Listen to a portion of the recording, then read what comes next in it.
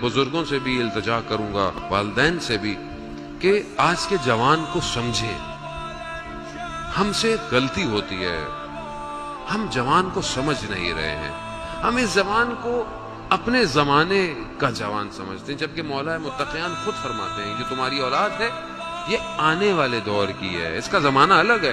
لیکن ہم جب اپنے بچے سے بات کرتے ہیں یا کچھ نہیں، آپ کو نہیں پتا، تمہیں نہیں پتا، ٹھیک ہے، آپ کا تجربہ اپنی جگہ پر، آپ کی ساری باتیں ہیں، آپ کا احترام، لیکن یہ کسی اور زمانے کا جوان ہے، اس کی ریکوائرمنٹ کچھ اور ہیں، اس کی ضرورتیں کچھ اور ہیں۔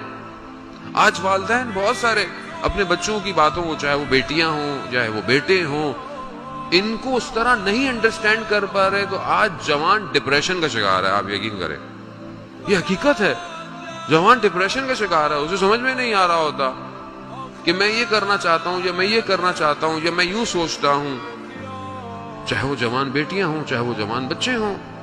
پہلی بات تو ان جوانوں کے لیے کہ بہرحال موقع نہیں ہے، لیکن بہرحال آپ کوشش کریں کہ ان کی جوانی میں ان کی شادیاں کروائیں، پہلا کام یہ کریں۔ کیوں؟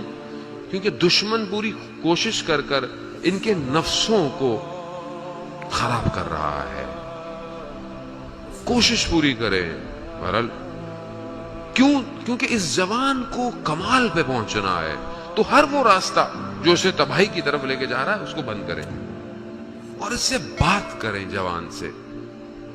ڈپریشن کیوں ہے؟ کیونکہ دنیا کی بمبارٹمنٹ ہے، سوچوں کی، انفارمیشنز کی، خواہشات کی، چیزوں کی۔ ہم خود بچے کو بیٹا بڑے ہو گئے یہ بننا وہ بننا، نہ،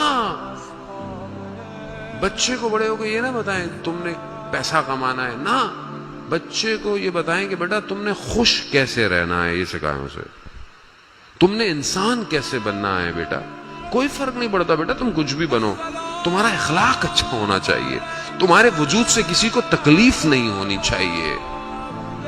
یہ گفتگو کریں اس کے ساتھ، باہر نکالیں جوان۔ آج جوان نشے کیوں کر رہا ہے؟ نشہ کیا ہے؟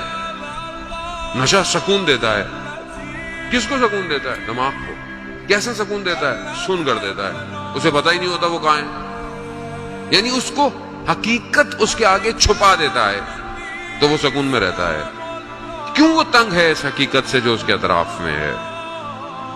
کیوں وہ غافل ہو جاتا ہے؟ جب آپ اس کو صحیح طرح بات کریں گے، اس کی ٹریٹمنٹ کریں گے، اس کی کاؤنسلنگ کریں گے، تو یہ جوان کبھی کسی نشے کا شکار نہیں ہوگا۔ اسے لذت خدا اور عبادت خدا میں ملوث کریں، اور وہ تبھی ہوگا جب میں خود عبادت کروں گا، تبھی تو یہ عبادت کرے گا۔